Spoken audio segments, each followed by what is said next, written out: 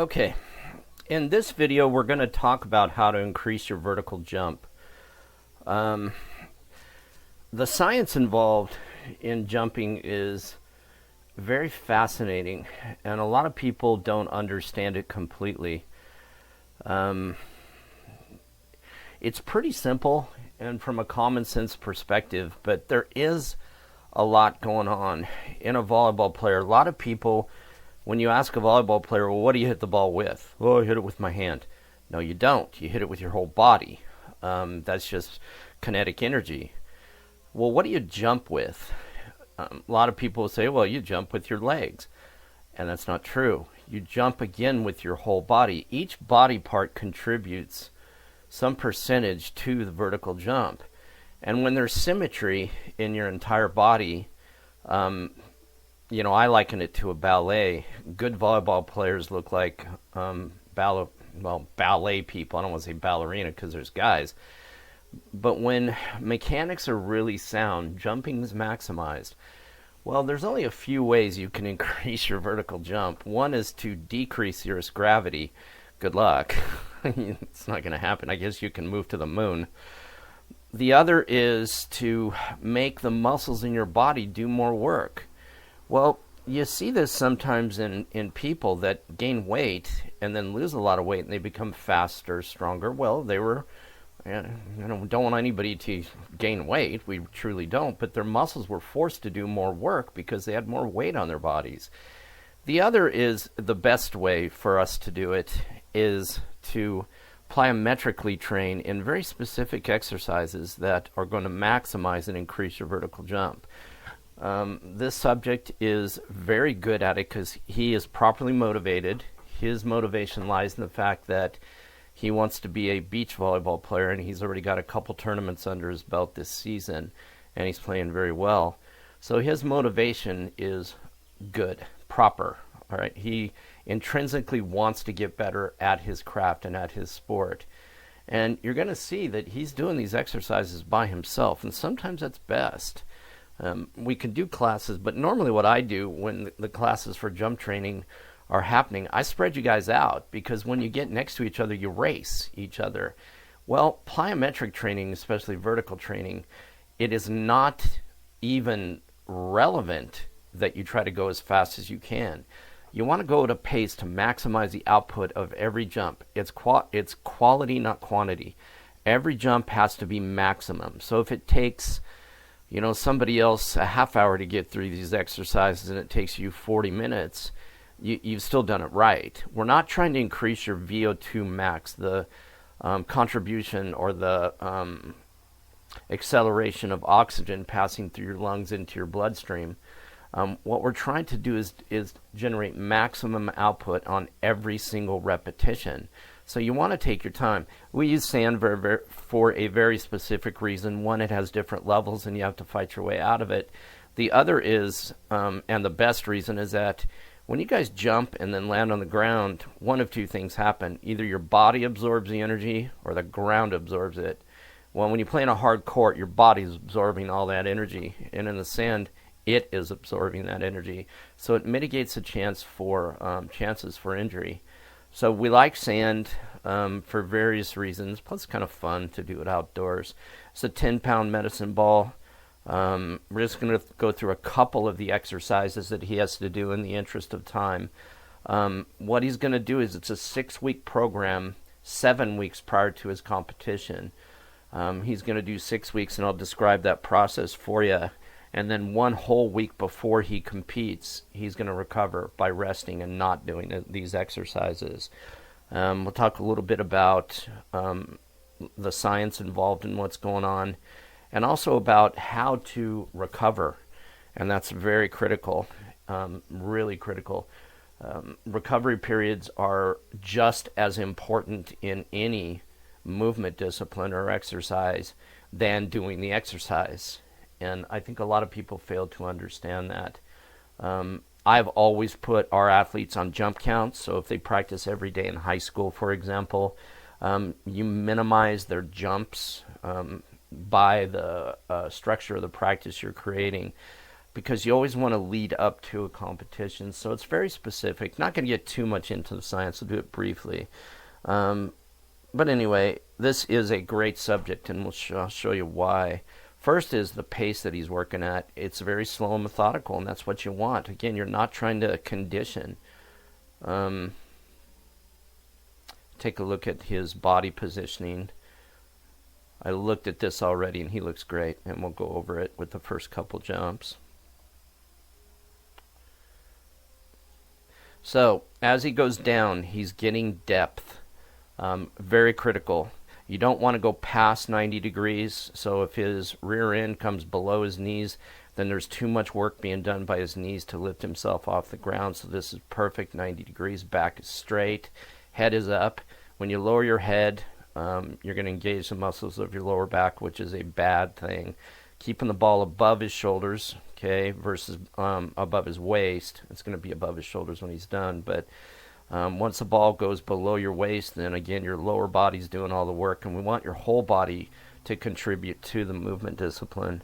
So very good, and you can see he really is doing a good job of making every jump count. Now he has to do 50 of these. These are called bunny hops, and you're going to see he's only going to do sets of 10 maybe, and he's pretty fit. So we want to take your time when you do these plyometric exercises. Again, while he turns around to come back, and I love the pace with what he works, he's taking his time, and it's perfect. Muscles do one of three things. They stay at rest, they get longer, they get shorter. Isometric, eccentric, concentric. If you can decrease the time that a muscle takes to get longer to shorter or shorter to longer, you're decreasing the stretch shortening cycle of that muscle fiber. Done correctly, you're going to get more work done by the muscle because it's firing faster. It's getting longer, shorter, shorter, longer, faster. So if you think about it, and here he comes back, it really is critical that every single repetition is maximum. Now he's doing sets of 10. If you can only do sets of 5, 3, 1, whatever, take your time, but do them right. Don't go through the motions. And again, a lot of times what happens, especially in younger student athletes, they're always trying to get done as fast as they can. Oh, I'm better because I got done faster. Yeah, but you didn't do it correctly. So it's a question of motives, where your motives lie. He's properly motivated. If it really is something you want to do, improve your vertical jump, and we guarantee that we can increase your vertical jump. We've done it with hundreds of athletes. Then it's something you want to do, not something that you have to do. And we could talk about that some other time. But again, I love the pace he's working at. He's taking his time. So he showed you bunny hops. He didn't do a full set. Now he's going to do switch feet. And again, we really want balance through your whole body. So by holding the ball above his head, it's not distributing the weight below, so his lower body's doing all the work, most of the work now. But if he puts this ball down and leans over, then his back's being engaged, and we just don't want that. So he's 1 foot jumping right now, which, again, balance is what we're looking for. And in order for him to distribute that balance correctly through his whole body, he's going to need to switch feet an equal number of times. Again, I want to reiterate, his back is straight, head is up. He's not looking at the ground, which is exactly how you're supposed to do it. Ball is above his head. He's actually using the ball to push. It's called festination. So the ball is helping to accelerate the muscles in his lower body, and it's fascinating because a lot of times what sprinters will do is they'll train running downhill because the muscles in their legs and their body are turning over faster than they would on a flat ground. I always thought it was fascinating when I heard that sprinters train running downhill, but when you think about it, it makes perfect sense. Those muscles are doing more work because their gravity's helping them to turn over faster. So it just makes all the sense in the world. So these are switch feet. He has great posture, taking his time. He's looked down a couple of times, but he's still keeping his head up. He's put his eyes down. Again, the pace that he's working at is perfect. He's taking his time between. Want to make sure that every single repetition is maximum. Take your time when you do your jump training. So he looks good. While he's getting ready to continue, and it looks like he's going now. We'll see what he's doing. So he's done bunny hops, done switch feet. Now he's doing ankle jumps. Couple of things going on here. You don't use the medicine ball for your ankle jumps, but we want to train, again, maximum.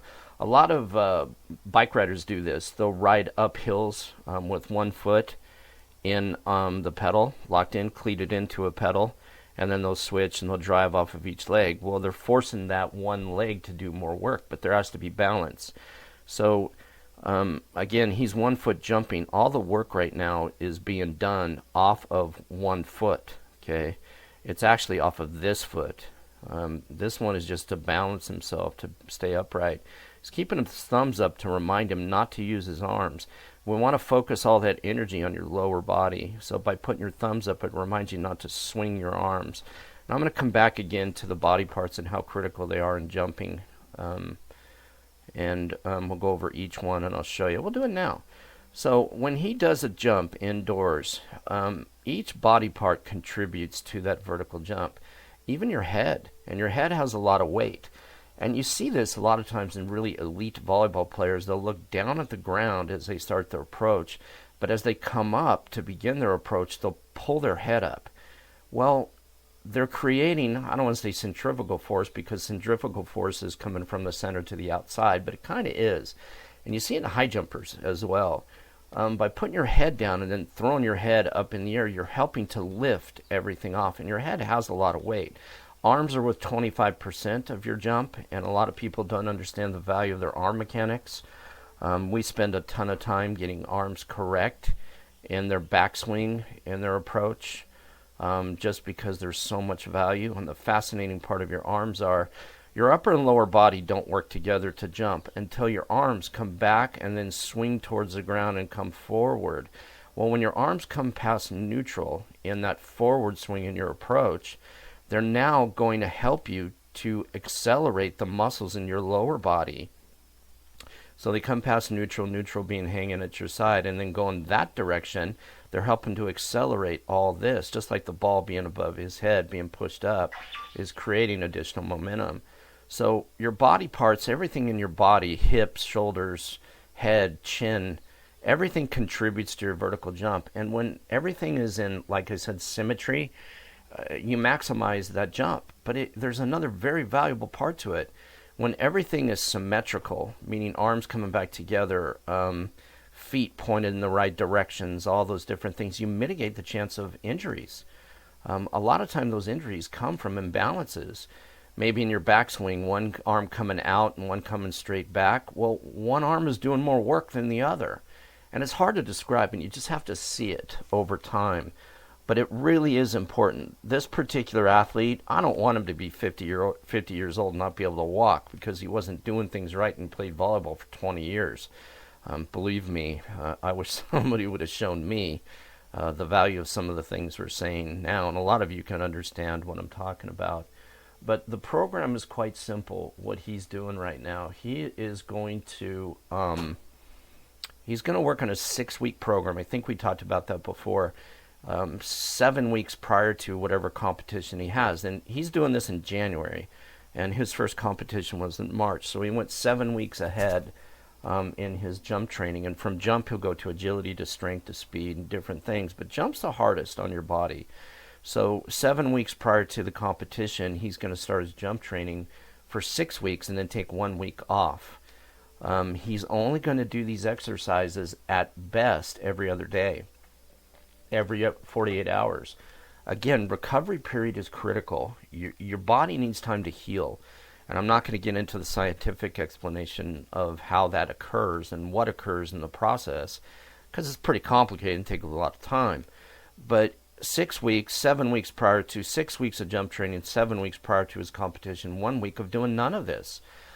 And the other problem with it is halfway through this regimen, this exercise regimen, he's going to feel heavy and sore, and it's almost automatic.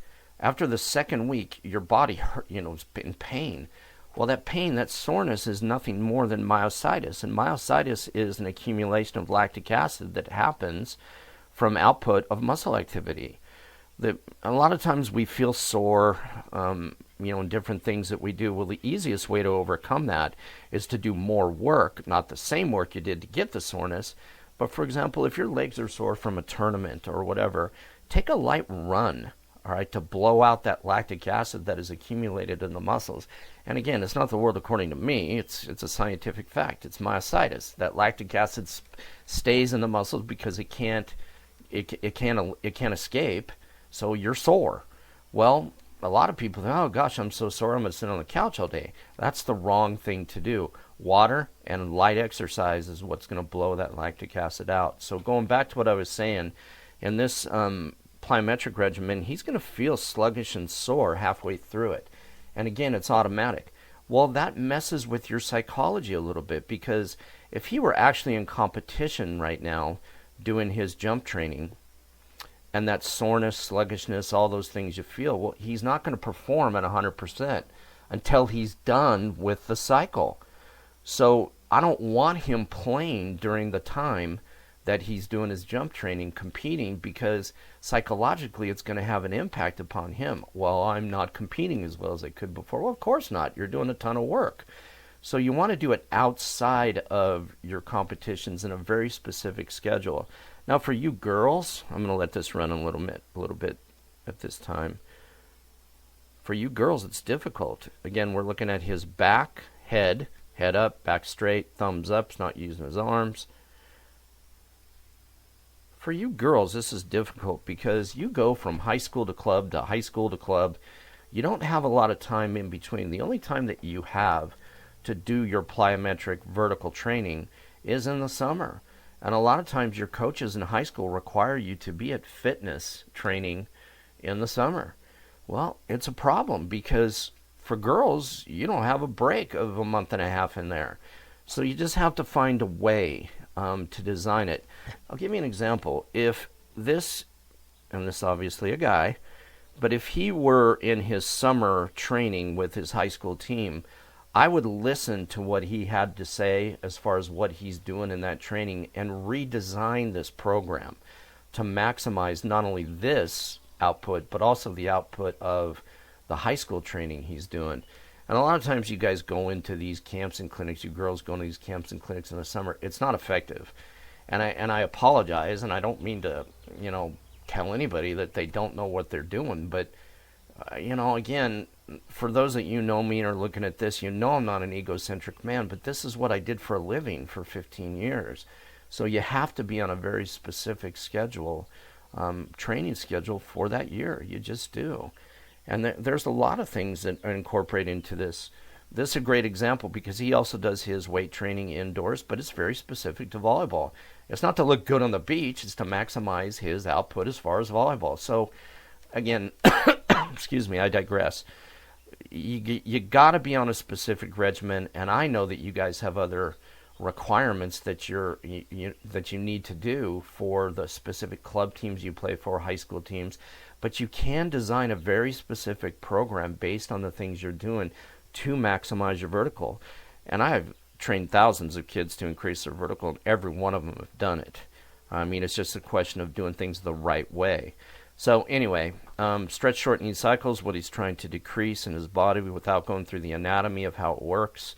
He's doing a fabulous job of keeping the right posture, the right technical mechanics to mitigate injury. There's one thing I see he's doing.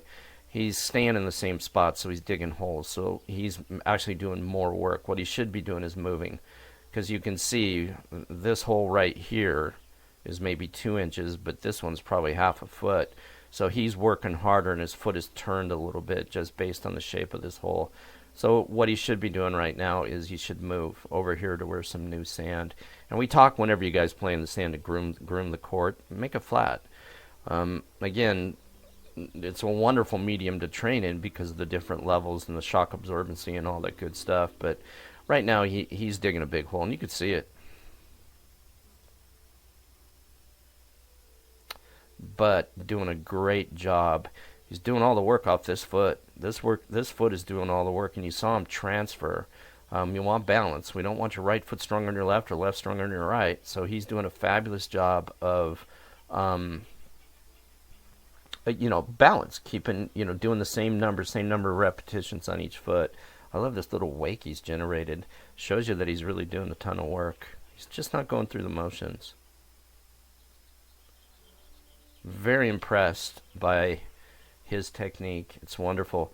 If you do these things on a cyclical basis, on a basis of how you play, the timing of when you play, and you get on that schedule year to year, you're going to increase your vertical. You're going to increase your vertical just by getting older because you're going to get stronger and increase muscle mass. But the reality is we want to make it, we always want to jump higher.